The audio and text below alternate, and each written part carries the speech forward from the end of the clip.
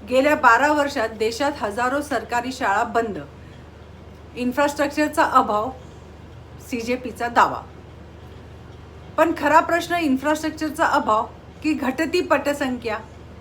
घटती पटसंख्येची खरी कारणं: इंग्रजी माध्यमांकडे वाढती पसंती, शहरांकडे स्थलांतर, ऊसतोडी कामगारांचं मायग्रेशन, बालमजुरी, बालविवाह, सुरक्षेचा प्रश्न आणि शाळेचं अंतर.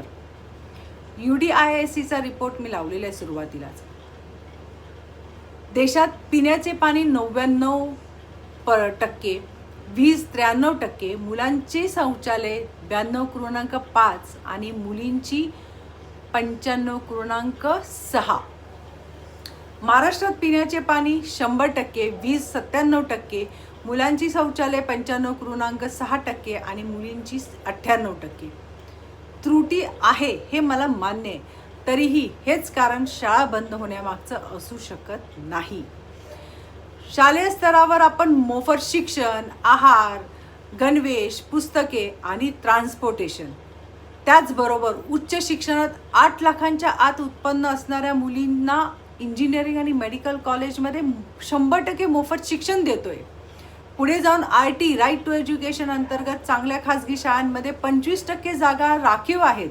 महाराष्ट्रात 1 लाखहून अधिक जागा उपलब्ध असताना सुमारे 17,000 जागा रिक्त आहेत. तरी हे कारण कसे असू शकते? आता बोला. मला आठवतं 1990 ते 99 मध्ये मुंबई विद्यापीठचे व्हाईस चान्सलर श्रीधर गुप्ते यांच्या विरोधात एक खूप मोठी आंदोलन उभं राहिलं होतं, विद्यार्थी आंदोलन. त्याचे पडसाद मुंबई युनिव्हर्सिटीमध्ये सुद्धा दिसले होते. मी स्वतः त्याच्यात सहभागी होते. पण त्यावेळी आम्ही घेराव घातला होता, पण कधी धमक्या, शिवीगाळ केला नाही. आमची सर्व मागण्या आम्ही मान्य करून त्यांना राजीनामा द्यायला लावला होता.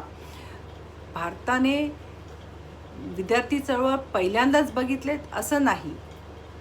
आपण आवाज उठवा, हा अधिकार आहे, पण थोडं नम्रतेने, धमक्या देऊन नाही. सभ्यता ही हवीच.